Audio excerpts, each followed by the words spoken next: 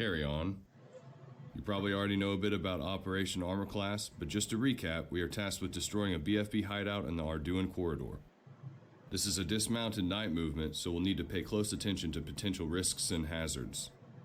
There's also a chance of a thunderstorm entering the area, so flash flooding could occur. We'll continue to monitor the weather. However, if the storm is still expected to enter the area, we will need to push to a local host nation government compound. Hey, any news about Sergeant Hudson? We're traveling at night for 2 reasons. We want to mitigate the daytime heat risk and use the darkness to conceal our movement. I think he's got a boot and will be on crutches for a few weeks. We also won't be taking the main roads because the BFB could be monitoring them. Wow, I wonder when he'll be back.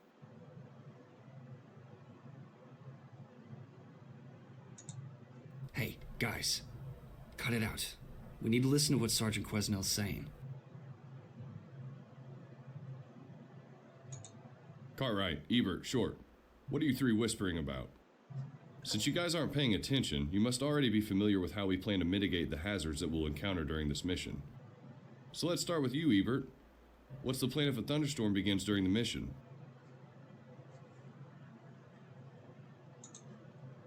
Short? Specialist Cartwright, what's the plan if a thunderstorm begins during the mission? Sergeant, we'll push to a local host nation government compound along the route if a thunderstorm occurs. Glad to see you were listening, Cartwright. Can you also tell us why this is a dismounted night movement? Sergeant, it's so we're able to move with little issue resulting from the thunderstorm. That's not it.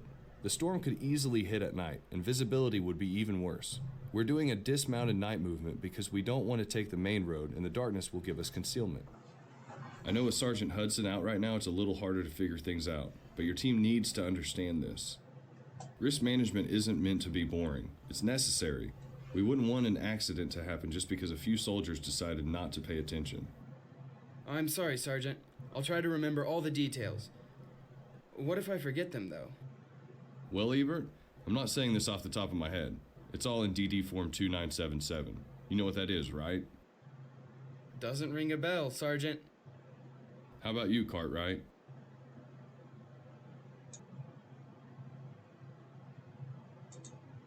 Sergeant, it's the Deliberate Risk Assessment Worksheet. It identifies all of the hazards and the controls that we're implementing. You got it. That's pretty basic for risk management. Everyone should know about it. It's part of the first step of the risk management process. Whoa. How many risk management steps are there, Sergeant? There's 5 of them. You didn't know that? No, Sergeant. I guess I didn't. I'll need to talk to you 3 later. I want to make sure you all understand risk management. Roger, Sergeant. In the meantime, I want you to take a look at the DD Form 2977. It shows each control I've been talking about. Controls are what we do in case of bad weather. Right, Sergeant? Yeah. We come up with controls that mitigate each hazard that is identified. For example, one hazard is the BFB hearing us approach the hideout. To mitigate this, it will be radio silence once we reach the hideout. We'll use only hand and arm signals. I see. And this is all in DD Form 2977, Sergeant? Yes, it is. There's a column for each hazard, its risk level, its control, who will implement the control, how it's implemented, and the residual risk level. What about these risk levels? I'll explain those to you later.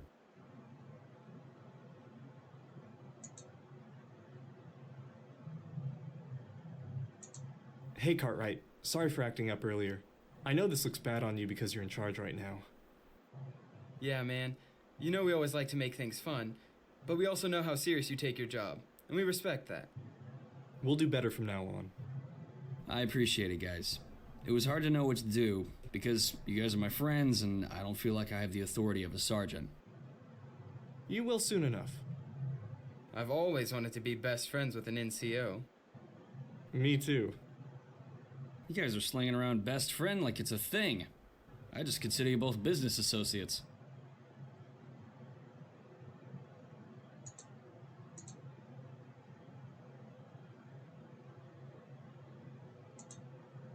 Okay, I don't want you to feel like I'm reprimanding you.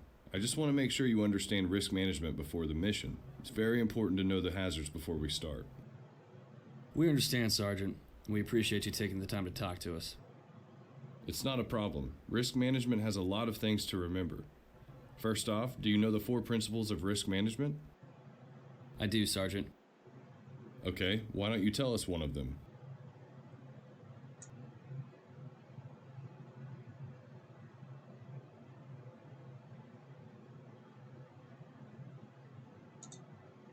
Sergeant, one of the risk management principles is to make risk decisions at the appropriate level and accept all risks. That's technically 2 principles. You got one of them. We do make risk decisions at the appropriate level, but we should accept no unnecessary risk. The other 2 are to integrate RM into all phases of operations and apply RM cyclically and continuously. Roger that, Sergeant. As I mentioned before, there are 5 steps in the risk management process. Actually, Sergeant, I do know the 5 steps of risk management. Oh, really? Can you tell me the 3rd step?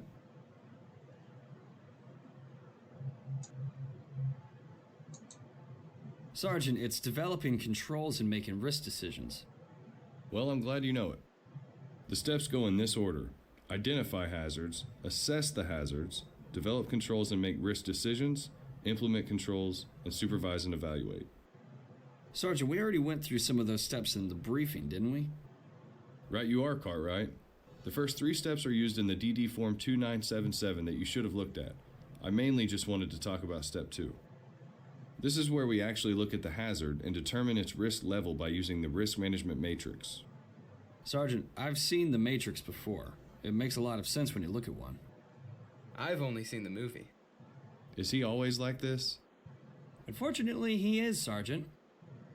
Anyway, the risk management matrix is this cool chart that shows you risk levels based on severity and probability estimation. That way you know which hazards are the most threatening.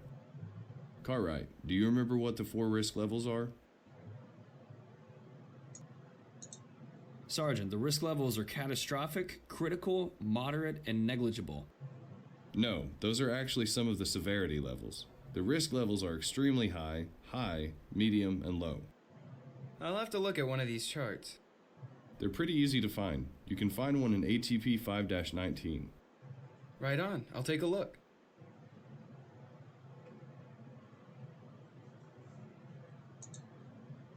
Take a look. You've already seen step 3 in the 2977. The controls are added to it, and the risk levels are reassessed using the matrix. A high risk with a control could become a low risk. This new risk level is the residual risk level. You've seen the column for it in the 2977 as well. I looked over the 2977 earlier, Sergeant. It does make more sense now. Good to hear, Ebert. Now, steps 4 and 5 take place during and after the mission. You'll see how those work during the operation and in the after-action review. I'm tracking, Sergeant. Good. How are you guys feeling now? I shortened it as much as I could. That was the short version? Yes, and I'll need you to look up the long version in the ATP 5-19. I expect you to know all about risk management before the mission. You can count on me, Sergeant.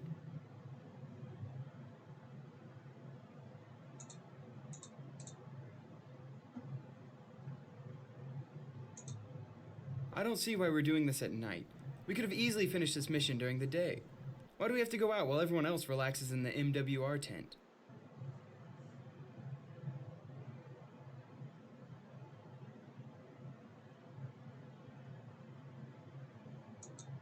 Instead of complaining about the night movement, get your gear ready for inspection. I guess you inspect it, now that you're the team leader. Yep, so there better not be a single problem with your equipment.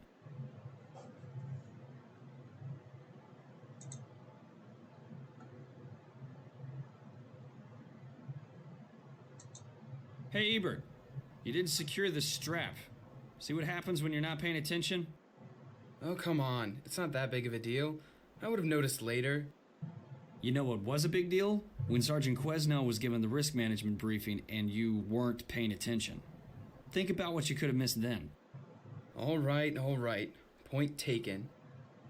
Didn't you say the risk management is common sense stuff?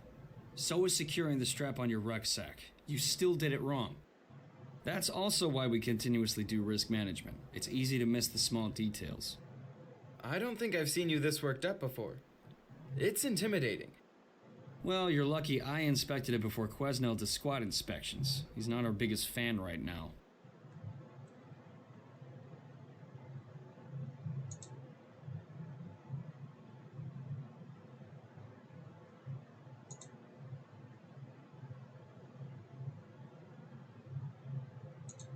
Listen up, everyone. We're about to move to a known BFB hideout in a forest within the Arduin corridor. The projected thunderstorm we discussed yesterday has moved further west and will not affect the mission area. Because of this, there should be no need to seek the host nation compound or change our route to the objective. However, if Mother Nature decides to bring the storm back our way, we will reinstate those controls. Since we are traveling at night, all soldiers will need to have an IR chem light in their left cargo pocket for easy identification during the mission. Once we reach the objective, a recon team will investigate the hideout to determine the best approach. Cartwright, I'm going to have another soldier join you three. You'll make up the recon team. Sergeant, what if the BFB hears us? We talked about that in our risk management briefing. We have a control for that. When we reach the forest, we'll maintain radio silence. That means only hand and arm signals unless you're in whispering distance.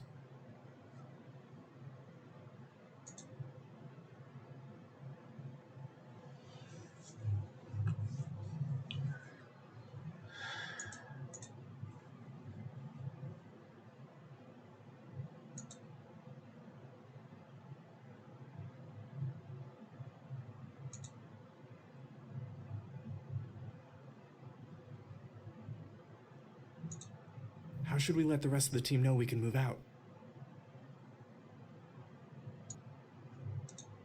I'll use hand and arm signals to motion them over here. That's the control that we talked about using.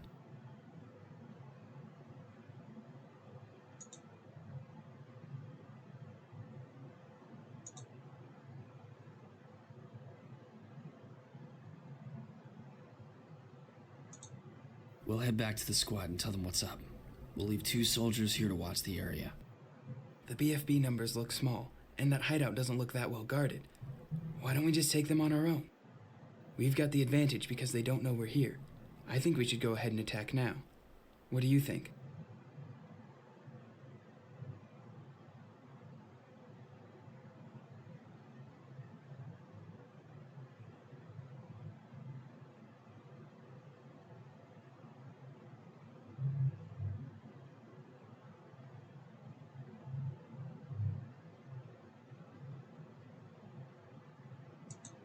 What we saw may not be all that's actually there.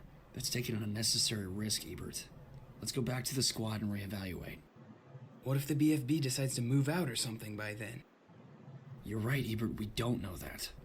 What we do know is that they seem to be relaxing and sleeping for the most part, but we also don't know how many people are in there and what kind of firepower they have.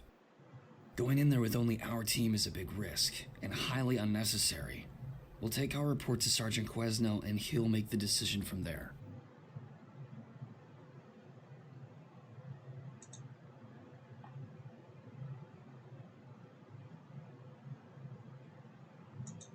Okay, everyone. We've got just a couple of hours before daylight, so let's invade this hideout while it's still dark. Remember, be quiet and stick to the plan. We have a set of controls in place and we have to stick to them. Let's move out.